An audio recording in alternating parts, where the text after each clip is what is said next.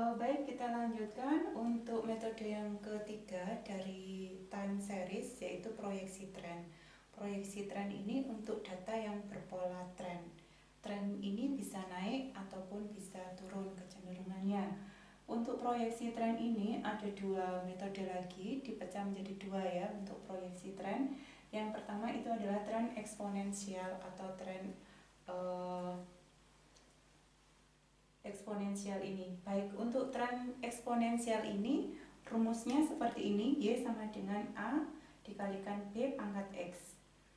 Untuk mendapatkan Y, di sini log Y sama dengan log A ditambah X log B, jadi turunannya.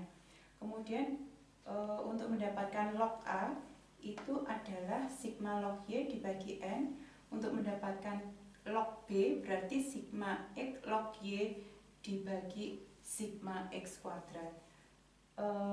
Baik, langsung ke contoh supaya Anda lebih jelas. Saya contohkan di sini datanya, periodenya hanya 6. Ini sebenarnya sama dengan yang ada di buku manajemen operasional saya, tetapi di sini datanya saya buat sampai 6 periode saja. Di sini untuk X-nya sehingga adalah X genap ya. Kalaupun misalnya X genap, periodenya periode genap, di sini biasanya menggunakan X-nya adalah nilainya ganjil karena nilai X di sini sebenarnya hanya untuk membantu perhitungan. Jadi X-nya ini harus sama dengan 0. Baik, untuk mengenolkan X-nya di sini karena datanya genap, langsung saja kita ambil di tengah-tengah. Setelah pertengahan kita langsung nilai di sini adalah nilainya 1, 3 dan seterusnya. Kemudian untuk yang nilai pertengahan ke atas itu nilainya adalah negatif -1, -3 sampai -5. Kemudian di sini log Y-nya di sini log dari data Y-nya adalah 1500 didapatkan 3,176. Sampai di sini log Y-nya log dari 1670 hasilnya adalah 3,223. Kemudian dikalikan X log Y, jadi 5 dikalikan 3 dan seterusnya. Ini adalah hasil dari perhitungan jumlah dari X log Y. Hasilnya adalah 0,252. Kemudian sigma dari X kuadrat ini hasilnya adalah 70. 25 tambah 9 tambah 1 tambah 1 tambah 9 tambah 25 lagi. Oke. Setelah semuanya hasil ini diketahui, kita masukkan ke dalam rumusnya. Log A tadi itu adalah sigma log Y. Sigma log Y ini adalah 19,182 dibagi N. N-nya di sini adalah jumlah periodenya adalah 6, sehingga hasilnya adalah 3,97. Dari 3,197 ini diantilogkan. Antilognya hasilnya adalah 1573,982. Kemudian untuk log B-nya juga seperti itu, kita masukkan ke dalam rumusnya 0,252 dibagi X kuadrat. X kuadratnya adalah 70, hasilnya adalah 0,0036. Hasil dari 0,0036 ini kita antilogkan juga, kemudian hasilnya adalah 1,008. Ini adalah hasil dari antilog log B. Dari sini baru kemudian kita masukkan ke dalam rumusnya. A tadi ketemunya adalah 1573,982 dikalikan B.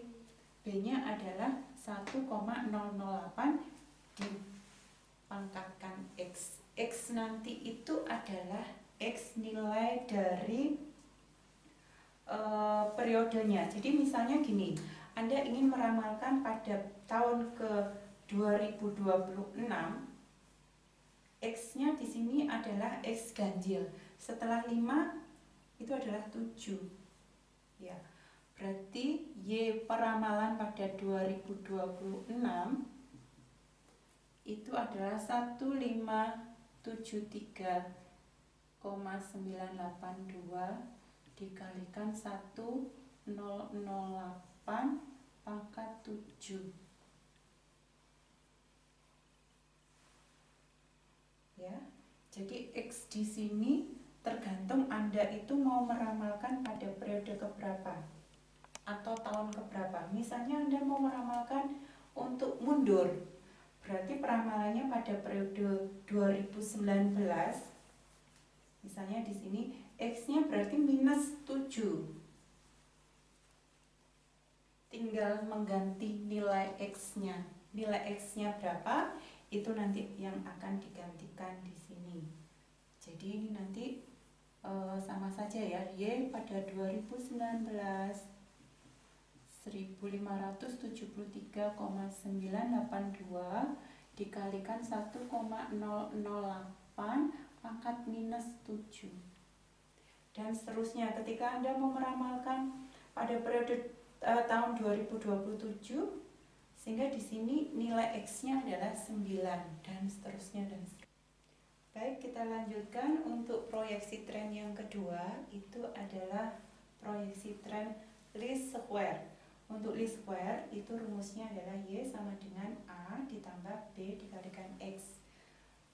Di sini tidak menggunakan logaritma lagi, tetapi di sini menggunakan perhitungan rumus biasa. Jadi untuk mendapatkan nilai A itu adalah sigma Y dibagi N. Kemudian untuk mendapatkan nilai B itu adalah sigma X kali Y dibagi sigma X kuadrat. Saya contohkan di sini datanya sama dengan yang metode sebelumnya. Untuk datanya di sini, data yang pertama tahun 2020 adalah 1.500 sampai tahun 2024 adalah sebesar 1.560. Karena di sini tadi, kalau yang tadi itu adalah datanya berjumlah genap, sekarang datanya adalah data ganjil. Kalau data ganjil, sehingga di sini kita lihat pertengahannya ya. Di tengah-tengah, titik tengah-tengahnya adalah data pada tahun 2022. Sehingga di sini di tengah data ini kita buat nilainya adalah 0. Sehingga untuk 0 ke bawah nilainya adalah positif, untuk 0 ke atas itu adalah nilainya negatif untuk nilai X-nya. Sehingga untuk tahun 2023 X-nya adalah 1, 2024 di sini X-nya adalah 2. Begitu juga dengan nilai di atasnya 0, untuk yang tahun 2021 X-nya nilainya adalah negatif 1, kemudian untuk tahun 2020 X-nya adalah minus 2. Sebenarnya cara ini sama dengan cara di statistik ya. Oke, kemudian kita lanjutkan perhitungan yang berikutnya. Kita kalikan nilai X dikalikan Y. X-nya adalah minus 2, ini ketemunya 3000 minus 3000. Kemudian di sini Y-nya 1550, XY-nya karena X-nya minus 1, XY-nya jadinya minus 1550. Dan seterusnya sehingga dihasilkan sigma XY-nya adalah jumlahnya 170. Kemudian untuk sigma X kuadratnya ini tinggal ditambahkan saja. Ini 4 tambah 1 tambah 0 tambah 1 tambah 4 hasilnya adalah 10. Sehingga di sini kita jumlahkan semuanya ya. Sigma Y-nya adalah 7780. Untuk mendapatkan nilai A-nya di sini adalah sigma Y 7780 dibagi 5, itu hasilnya adalah 1556. Kemudian untuk mendapatkan B ini didapatkan dari sigma XY, hasilnya adalah 170 dibagi 10, sigma X kuadratnya adalah 10, hasilnya di sini adalah 17. Sehingga di sini kita langsung memasukkan ke dalam rumusnya ini. X-nya adalah 1556 ditambah BX, B-nya tadi adalah 17 dikalikan X. Nah, nilai X-nya ini sama dengan tren eksponensial yang tadi ya, yang kita bahas. Kalaupun misalnya Anda mau meramalkan di tahun 2025, berarti nilai X-nya di sini adalah 3. Ya. Anda masukkan saja nilai Y ramalan pada tahun 2025 itu hasilnya 1556 ditambah 17 dikalikan X. X-nya adalah 3. Begitu juga dengan misalnya Anda mau meramalkan di tahun 2019. 2019 berarti nilai X-nya adalah minus 3. Y sama dengan 2019 1556 ditambah 17 dikalikan minus 3. Ini adalah hasil dari ramalannya nanti ya. Silakan Anda hitung sendiri. Nanti kalau misalnya ada yang kurang dipahami, kita bisa diskusikan lebih lanjut.